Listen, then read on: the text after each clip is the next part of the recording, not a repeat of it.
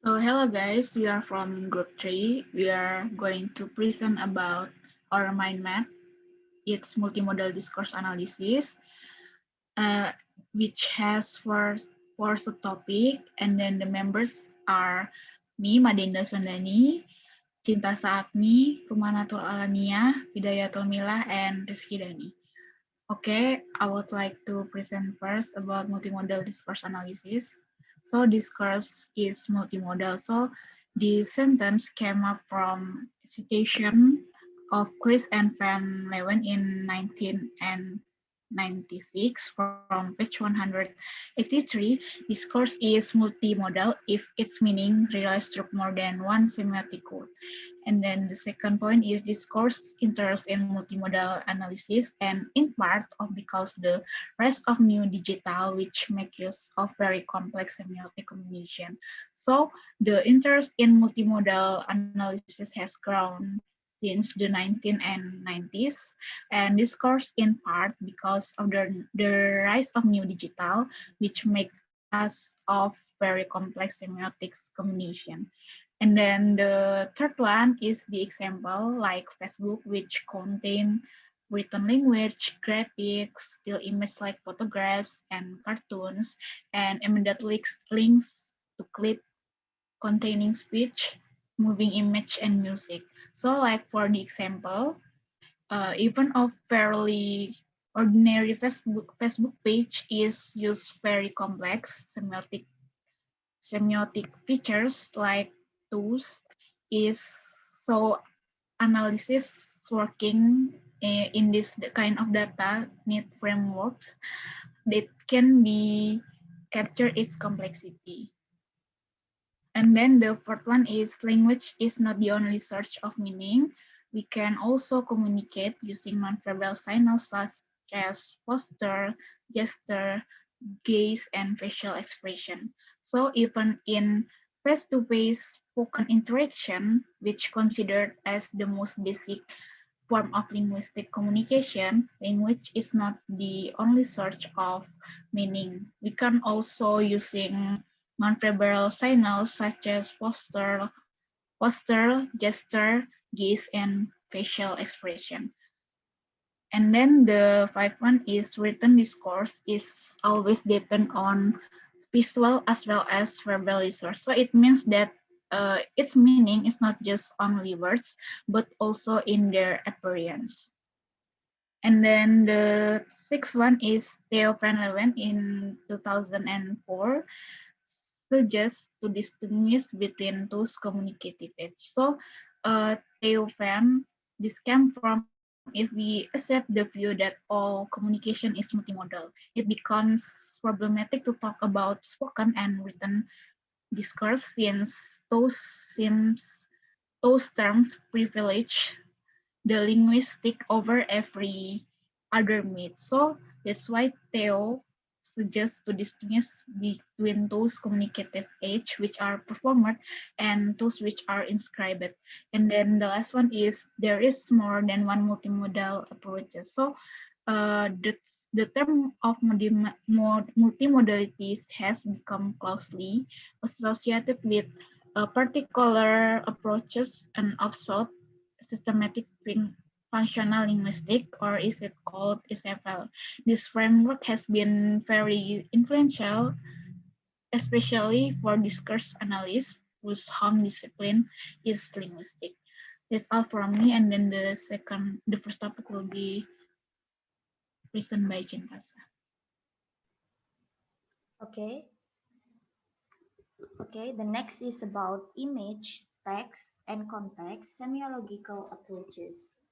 One approach which has been strong in visually oriented disciplines, for example, art, architecture, graphic design, film theory, and media studies, is known as semiology or semiotics. The semiology or semiotics is the study of signs. In Peirce's framework has been less widely influential than Saussure's, but one part of it which has achieved with currently in his division of sign into three classes or type. For the first time is an icon, the second is an index, and the last is symbols. An icon is a sign which convey meaning through direct resemblance to what it represents. For example, includes figurative painting or photographs of people, place, and event. An index is a sign which communicates meaning through natural association. For example, human footprint in the sense index or point to the presence of person walking, though they do not directly depict a person walking. And the last is a symbol. Symbol is a sign which communicates meaning through a purely conventional association. In Britain Highway Code, for example, the road sign alerted driver to a hazard is a triangle or a conventional meaning that the sign is a warning, and enclosing an exclamation mark or a convention meaning danger. In the second blocks, in the case of linguistic sign, the relationship between form and meaning is typically conventional or symbolic. Sign acquire their meaning by contrasting with other sign in same system. In British Highway Code, for instance, triangular sign which carry warnings contrast with circular sign which issue command and the rectangular sign which give information. And in multimodal analysis is in the part a response to the rise of new digital media. So the semiological analysis produced in the mid-20th century respond to the new development in the mass media of the time. In particular, the increasing emphasis placed on visual communication, which would be observed both in print genre like journalism and advertising, and in the rise of a powerful new mass medium television. And then in the third block, for BART test, there is a key differences between verbal and visual communication. The meaning of image is inherently more open-ended than the meaning of word. When language is juxtaposed with an image, therefore the function of the former is to fix the latter meaning, in which verbal and visual meanings complement one another. The text and information, which is not present in the image, as with film and comic strip dialogue. And the next subtopic will be explained by Romanatul Alani. Well, thank you very much, Tintasa. I will continue to the pragmatic approaches in which to inferring meaning.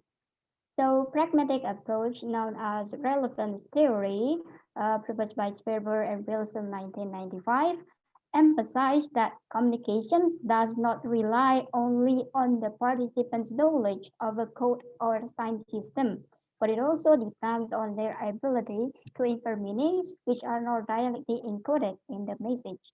So some information which is needed to interpret about what is meant in a specific context, like the identity of the person referred in the text, and also like the nature of the activity is not explicitly encoded in the sentence. So it cannot be retrieved by simply decoding it. It has to be inferred by a specific recipient. And the next um, point is that semiotics is different with pragmatics. So in pragmatics here, the text is only, I mean, let's say about semiotic first. So in semiotic, it is stated that the meaning of a text is in the sign system, and the viewer or the analyst has to decode the signs that constitute the message. But in pragmatics, the text is only part of the story. So the viewer has to solve the meaning, and they may be considered to go beyond what is encoded in the message. And so the example is in the advertisement of Cossack women's underwear in picture 8.1 in page 20. So the caption state that if he's late, you can always start without him. So the advertisement, the image in the advertisement may direct the viewer towards sexual interpretations of the captions. But if the background in the background picture in the advertisement is a group of like, let's say, smartly well-dressed people sitting in a table in a boardroom, it will be interpreted as a reference to a business rather than like a sex encounter like that. So how to interpret the captions is that the viewer has to draw on their cultural background knowledge and combine the verbal and visual clues which is available in the advertisements in the caption mentioned, which is not mentioned in the image of the advertisements. So the next point is about covert communications. So Tanaka state that propositions are conveyed by implication rather than explicitly. So the message contains clues to the specific, the visible inference. So in this inference, the producer of the message can deny that they intended the message to have the specific meaning, and also the recipient can also deny that they interpreted it as having the specific meaning also. So it is used to face the complaints that is considered to be offense.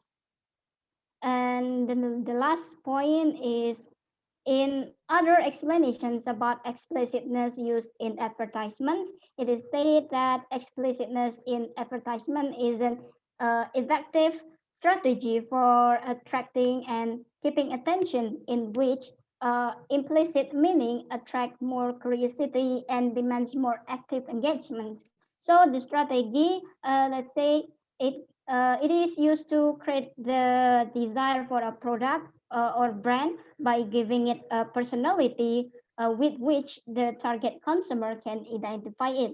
So sometimes it is advantageous for the advertisement to make their intentions about the advertisement obvious. But also, advertisers have like their own motive to keep certain intentions hidden in the advertisements. So it is like to manipulate consumers' behavior, which less than admirable, like snobbery, envy, greed, and sexual desire. Well, that's all about pragmatic approaches. The next subtopic will be explained by Fidayatul.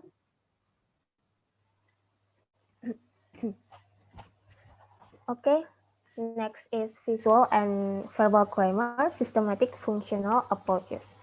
In the second subtopic, we know that Barthes' work about the relationship of language to visual image has been acknowledged by Kress and Van Leeuwen as an important precursor to the SFL-based approach to multimodality. While they give Barthes credit for their approach, Kress and Van Leeuwen also criticized Barthes' work for missing an important point, which is the visual component of a text is an independently organized and structured message connected with the verbal text, but in no way dependent on it. So Barthes argues that the verbal text is dominant, imposing a precise meaning on the inherently open-ended image. Meanwhile, Kress and Van Leeuwen argue that visual meaning is not subordinate to or less precise than verbal meaning. A key theoretical assumption in this tradition is that language is one of many social semiotic systems, ways of making meaning which are shaped by the needs and the habitual activities of social beings in social worlds. So the different modes can also be analyzed in several ways, and it is possible to describe the grammar of visual design or music using the same kind of descriptive apparatus that is used in SFL to describe the grammar of language. There are various conceptions of grammar, formalist, functionalist, and Halliday, which is the founder of SFL. For formalists, a grammar is a set of formal rules describing the structure of a language. On the other hand, functionalists try to relate the structures found in languages to the functions they fulfill and the meanings they have evolved to express. And Halliday described describes grammar as a network of systems or interrelated sets of options for making meaning. In SFL, any semiotic system will provide three kinds of meaning. The first one is ideational meaning, interpersonal meaning, and textual meaning. Ideational meaning representing states of affairs in the world. Interpersonal meaning is constructing relationship between the sender, the message, and the receiver of the message. And textual meaning signaling how the parts of message relate to one another to form a coherent whole. Based on intentional meaning, which is representing the word, image may be analyzed as either narrative or conceptual. Narrative images are representation of actions or events which typically show participants engaged in processes that unfold in time, include action, verbal, and mental processes. Meanwhile, conceptual images are representation of some general social reality which is being visually classified, analyzed, or symbolized. The second meaning is interpersonal meaning. Interpersonal meaning construct relationship between the sender, the addressee, and the message. There are three elements in interpersonal meaning. The first one is gaze. Gaze is how the viewer is positioned in relationship to the subject's gaze. Gaze consists demand gaze and over gaze. Demand gaze is the subject gaze directly at the viewer, and over gaze is the subject that doesn't meet the viewer's gaze. For example, the Gozat advertisement is an over gaze rather than demand gaze because the image is indirectly meet the viewer's gaze. The second element is the perspective and angle. The viewer is made to contemplate the image. The angle consists of vertical dimension and horizontal dimension. Vertical dimension consists high angle and low angle. High angle, if we view an image from above, we will feel powerful because it makes someone look small and weak. Meanwhile, low angle view from below that make us powerless. And another dimension is horizontal, consists involvement or frontal view and detachment or oblique view. A frontal view suggests a person connection with the subject. Meanwhile, oblique view, the angle is not direct. And the last element is modality, refers to the status, authority, and reality of a message or its ontological status or to its value as truth or fact. In verbal text, the concept of modality refers to the truth, value, or credibility of linguistic statement. In visual modality, as how real the image should be taken, modality consists high modality, low modality. In verbal text, it can be expressed by modal auxiliary verbs. For instance, it's going to rain, which is high modality because it is a credible statement. And another example is it might be going to rain, which is low modality because there is abstract or doubtful statement. In visual, it can be expressed by color of picture. For instance, in subject of Queen Elizabeth in three different visual genre. There is cartoon, portrait painted in oil, and a color photograph. A cartoon would have a lower modality because lack detail and depth, and the photograph would have higher modality than the painting. The last meaning is textual meaning. A textual meaning is the overall coherence of an image is produced by various characteristics of its composition or signaling how the parts of a message relate to one another to form a coherent whole. Textual meaning consists information value, salience, and framing. Information value, the placement of elements in different parts of the visual field include left to right, top or bottom, and center or margin. Left side will present given information, right side will present new information, and the upper part will present the ideal, which is the information is more general or abstract, In contrast, the lower will present the real, which is more specific and concrete information. The center will contain the important information and the margin will contain unimportant information. And the second is salience, is as with modality salient has gradation, which are signaled through the interaction of features like the size of the element and how sharply focused it is and where in the visual field it is placed. The last is framing, is to do with the marking of boundaries, either within the image or by creating contrast between the frame elements at the particular level. For example, in visual, it can express by contrasting colors, so it can mark the boundaries between textual entities. Another example is in music, a pause or a shift in tempo can mark the boundaries, and in gesture can express by contrasting movement. That's all for me. Next will be explained by Danisa. Okay, the next part is about input, putting into practice a cartoon case study. For example, in these sections, we analyze cartoon theories of linguistics. It is consists of two image caption respectively.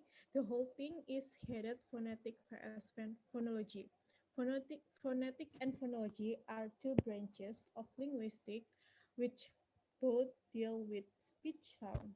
The analysis began by examining the overall composition of this text, such as following the normal top to bottom reading path the reader sees, first the heading phonetic and phonology, then the caption identifying the first image as phonetics, then the image itself, and the caption phonology follows by the second image.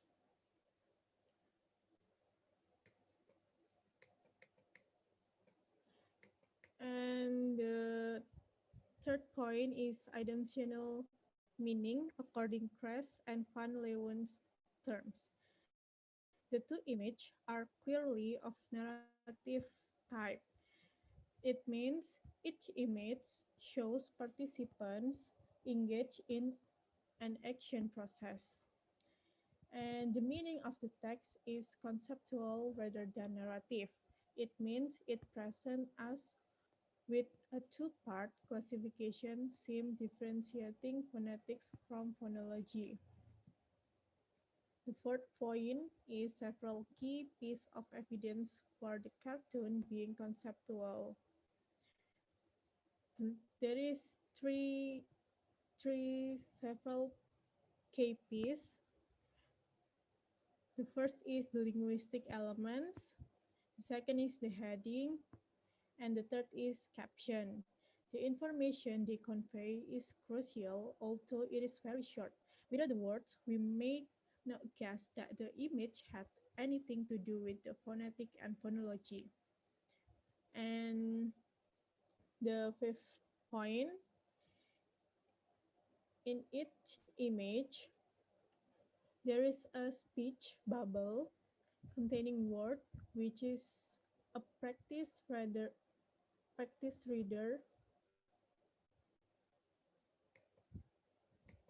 If cartoon will understand the situation of the cartoon, as we see at the picture, the knight on the left is addressing to the one of the right.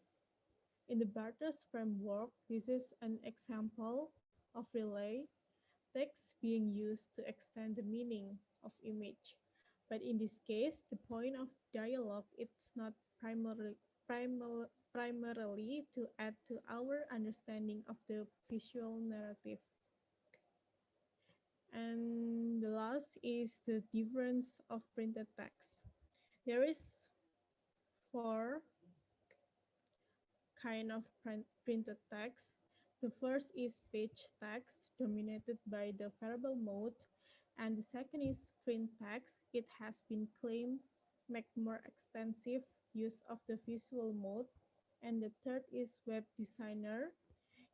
Can also deploy a greater range of semiotic resource than print. And the fourth is web users. Have much more freedom to construct their own reading path by following links from one page to another and one site to another. Thank you. That's all from me.